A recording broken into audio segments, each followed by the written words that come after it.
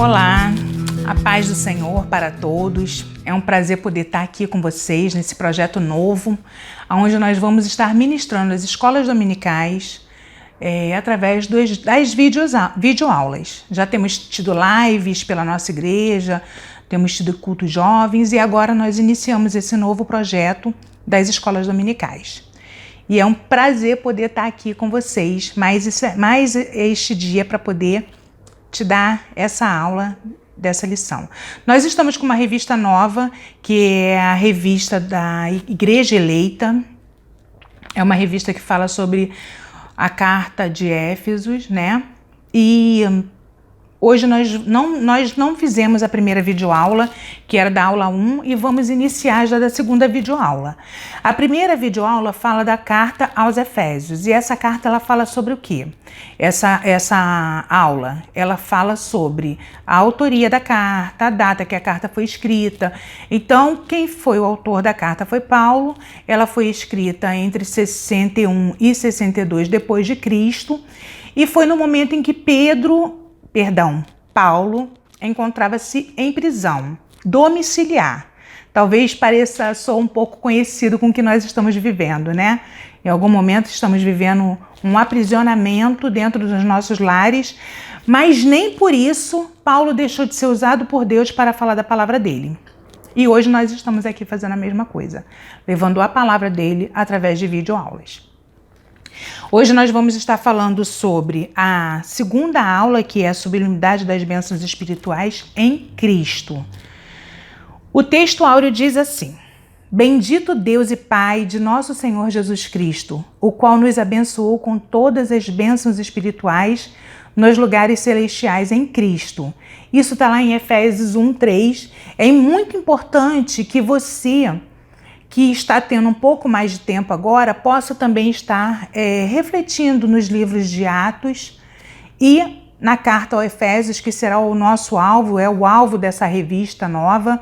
Então, que você possa também estar refletindo tanto no livro de Atos, para conhecer um pouco mais sobre a história de Paulo e sobre todas as viagens missionárias que ele fez e como as cartas foram escritas, e sobre a carta de Efésios, que é a carta que nos interessa. A verdade prática: Deus nos elegeu em Cristo antes da fundação do mundo, para que desfrutássemos das bênçãos espirituais. Aqui tem a leitura diária, eu não vou estar fazendo essa leitura diária, então nós vamos direto para a leitura bíblica em classe, que está lá em Efésios, no capítulo 1, versículo 3 e 4, e depois nós vamos pular para o versículo do 9 ao 14, que diz assim: Bendito o Deus e Pai de nosso Senhor Jesus Cristo, o qual nos abençoou com todas as bênçãos espirituais nos lugares celestiais em Cristo, como também nos elegeu nele antes da fundação do mundo, para que fôssemos santos e irrepreensíveis diante dele em amor, descobrindo-nos o mistério da sua vontade, segundo o seu beneplácito que propusera em si mesmo, de tornar a congregar em Cristo todas as coisas na dispensação da plenitude dos tempos, tanto as que estão nos céus como as que estão na terra. Nele, digo, em quem também fomos feito herança, havendo sido predestinados conforme o propósito daquele que fez todas as coisas, segundo o conselho da sua vontade, com o fim de sermos para louvor da sua glória. Nós, os que primeiro esperamos em Cristo, em quem também vós estáis, depois que ouvistes a palavra da verdade, o evangelho da vossa salvação, e tendo nele também crido, foste selado com o Espírito Santo da promessa, o qual é o penhor da nossa herança para a redenção da possessão de Deus, para louvor da sua glória. Já nessa primeira leitura bíblica aqui, a gente pode ver que quando Paulo fala aqui, nós que esperávamos primeiro, quem esperava primeiro pelo Messias? Eram os judeus. Só que quando o Messias veio, eles não o aceitaram. Então, depois que os judeus não o aceitaram, quem o aceitou? Os gentios, né?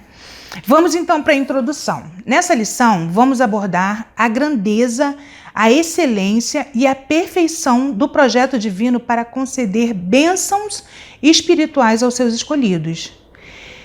Desde a eternidade, aprove a Deus executar um plano de restauração e reconciliação com a humanidade caída. Por isso, que na carta o apóstolo se mostra profundamente agradecido pela revelação do mistério que estivera oculto desde todos os tempos. Ele nos convida a louvar e a glorificar a Deus pela sua bondade e misericórdia para com todos os pecadores. Então, o nosso objetivo, o nosso ponto central dessa lição é que Deus nos concedeu bênçãos espirituais em Cristo. E o nosso primeiro tópico é a nova posição em Cristo. No passado, estávamos perdidos e condenados à morte eterna, mas por sua infinita graça, Deus nos outorgou em Cristo o privilégio da salvação. Então, nós estávamos todos perdidos e, através da morte e ressurreição de Cristo, nós hoje podemos ter uma vida eterna, uma salvação eterna com Cristo. A doxologia. Após expor os versículos da abertura da epístola 1 e 2, o apóstolo Paulo apresenta uma sequência de texto que se caracteriza pela verdadeira adoração e bondade ativa de Deus. Então, primeiramente, Paulo ele vem nessa epístola, ele vem se apresentando e logo em seguida ele começa uma adoração, uma exaltação ao nome do Senhor. Ele glorifica a Deus de todas as formas. E na sequência, nós podemos ver, a partir do versículo 3, ele começa pelas frases: Bendito o Deus e Pai do nosso Senhor Jesus Cristo. Depois ele vem, onde bendito significa digno de louvor. O apóstolo dá sequência até o versículo 14 por meio de um maravilhoso tributo ao Eterno e suas muitas bênçãos concedidas aos homens. Nesse trecho bíblico, trata-se de um hino teológico de gratidão, caracterizado pela repetição do seguinte refrão: para louvor e glória da sua graça, ou para louvor da sua glória. Aquele ao qual devemos adorar está identificado na expressão Deus e Pai de Jesus Cristo, uma clara referência à Santíssima Trindade, com ênfase na natureza divina de seu Filho, de Jesus Cristo, seu Filho. Então, esses versículos do 3 ao 14, ele vem trazendo uma adoração, uma exaltação ao nome do Senhor. E é muito interessante que quando a gente adora o Senhor, não importa o lugar que nós estamos. O que importa é que a nossa adoração seja em espírito e em verdade.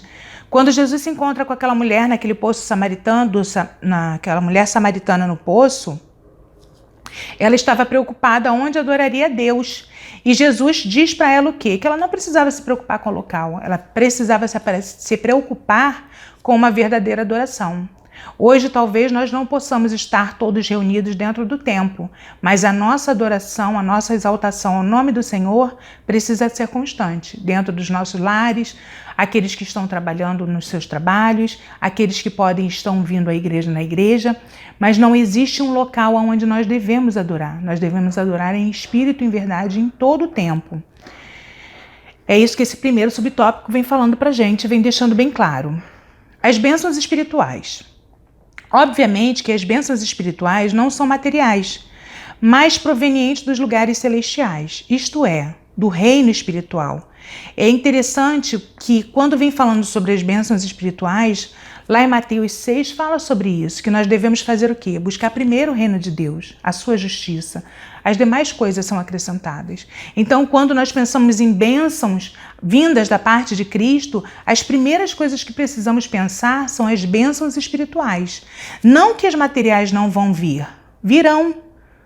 Porque as bênçãos seguem aqueles que creem. Lá em Deuteronômio 28, eu fiz uma anotação, fala sobre as bênçãos que nos seguiriam.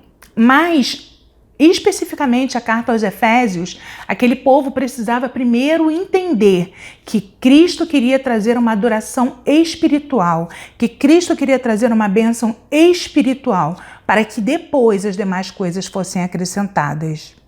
Vou pulando aqui para o subtópico 3, que diz a nova condição em Cristo. A expressão em Cristo significa que somos abençoados em toda a bênção espiritual. A partir da sua pessoa e obra realizada no Calvário, relaciona-se ainda com a nossa experiência de conversão a Ele.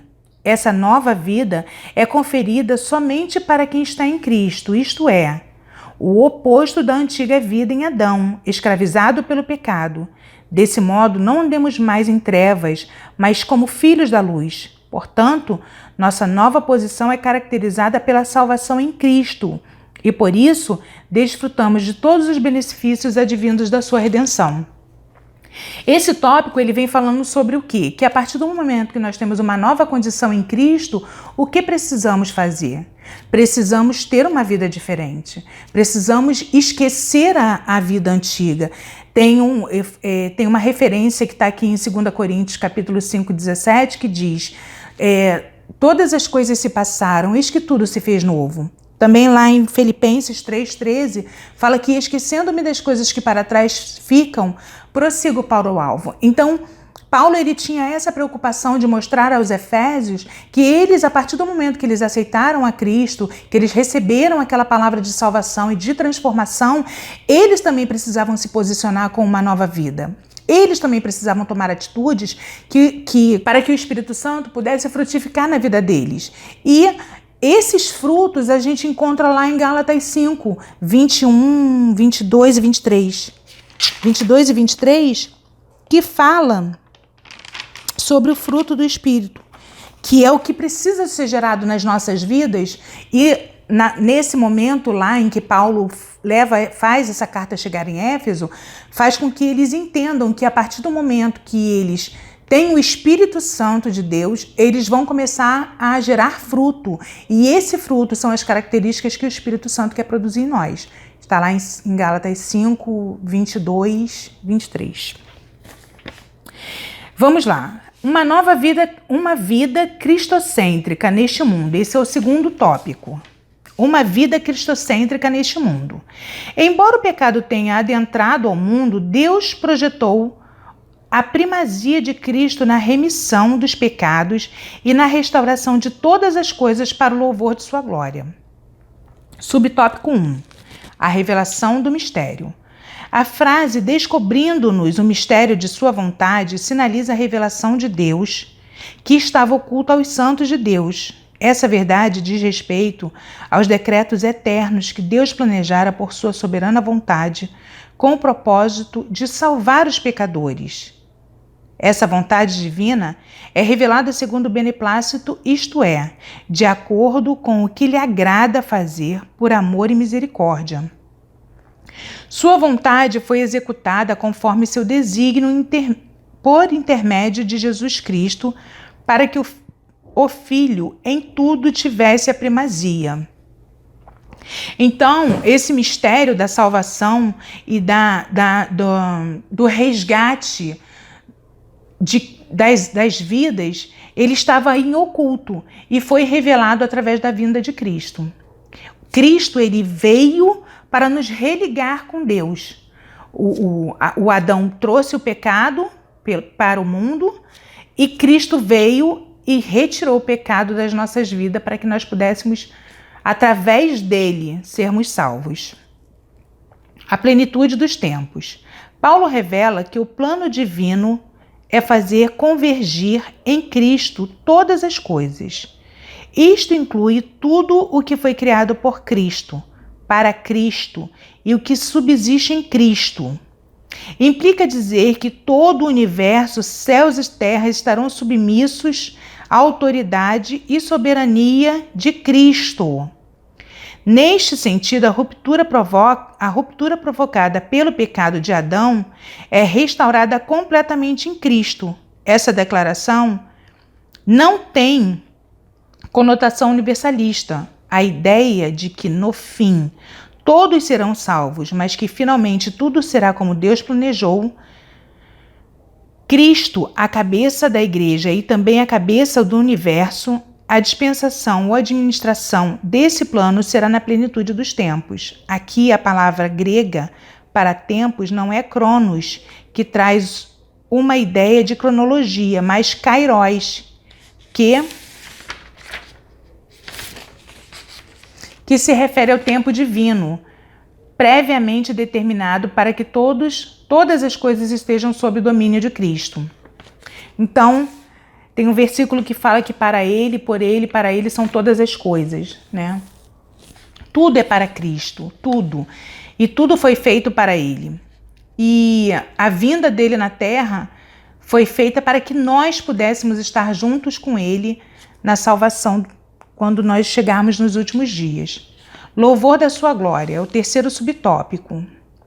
O apóstolo enfatiza que as bênçãos são destinadas aos crentes, judeus e gentios, a igreja. Paulo muda do pronome nós, ele e os judeus, para o também vós, os gentios, indicando que em Cristo os crentes de ambos os povos são herdeiros da promessa. Ele ratifica igualmente que o propósito da eleição não é outro senão louvar e glorificar a Deus.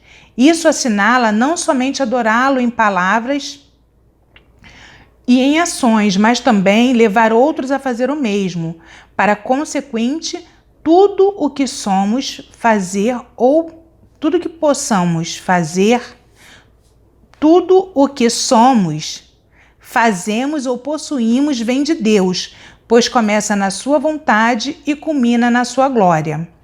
Então, quando Paulo ele muda aqui de nós para vós, por quê? Como eu já havia falado, a promessa era para os judeus, mas os judeus não o aceitaram. Então, quem aceitou a Cristo? Fomos nós, hoje que temos a sua promessa se cumprindo nas nossas vidas dia após dia.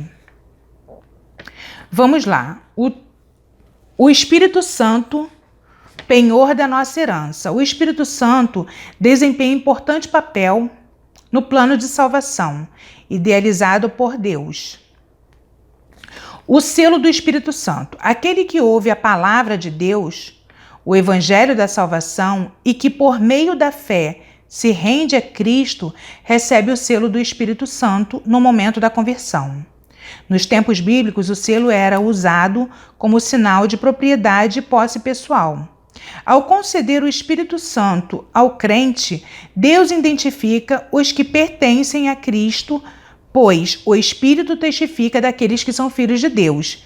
Então, aqui, o que ele vem falando? Ele vem dizendo que a partir do momento que você tem o selo do Espírito Santo, você já não age como você agia antes. Eu falei em Gálatas 5, 22 e 23, fala sobre o fruto do Espírito. E quando você tem o selo do Espírito Santo, esse selo do Espírito Santo testifica que você se tornou uma nova pessoa, que você mudou as suas práticas, que você é uma pessoa diferente agora. E o penhor da nossa herança é o segundo subtópico. O termo grego arrabon pode ser traduzido como depósito, penhor, garantia, ou ainda primeira parcela. A palavra tem origem semítica e é usada nas transações comerciais para assegurar o preço ou garantir o pagamento de algo. Paulo ensina que o Espírito Santo é o depósito que garante a nossa herança em Cristo. Tudo isso significa que aquele que tem o selo do Espírito Santo tem a salvação garantida. Isso não quer dizer que o crente está salvo para sempre, independente da sua conduta, mas que a redenção está válida ao eleito em Cristo que permanece fiel. Então, aqui vem falando sobre o penhor de Cristo. Essa semana nós tivemos uma palavra que fala sobre que nós precisamos guardar o que temos.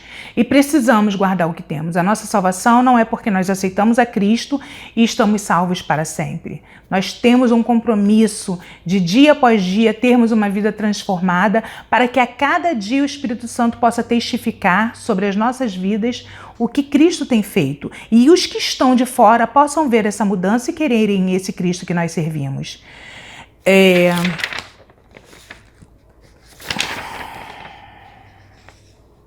Como eu falei, nós estamos fazendo uma aula um pouco mais corrida, não temos tempo de debater, não temos tempo de conversar, de trocarmos ideias, mas se vocês quiserem fazer algumas perguntas, o vídeo vai estar disponível, acredito que nós possamos também conversar através desse canal, e eu já estou partindo para a conclusão. Peço a Deus que essa palavra tenha entrado no seu coração, que possa fazer morada. A você que estava fazendo o curso de batismo, que não conseguiu ainda se batizar, que o Espírito Santo possa fortalecer você nesses dias, para que assim que nós venhamos a voltar ao normal, você possa estar firme e constante na presença do Senhor, guardando aquilo que Ele tem te dado. A conclusão da nossa lição é: nossa porção da Epístola aos Efésios, o plano divino revelado, resulta na conciliação do ser humano com Deus por meio de Cristo e na restauração de todas as coisas visíveis e invisíveis. Ambos os propósitos devem redundar em louvor e glória ao Deus eterno. Na plenitude dos tempos, todo o desígnio divino estará plenamente executado. Que o Senhor possa falar ao seu coração. Foi um prazer poder estar aqui com você e aguardamos a próxima aula. Obrigado. Que a graça e a paz do Senhor possa estar com vocês.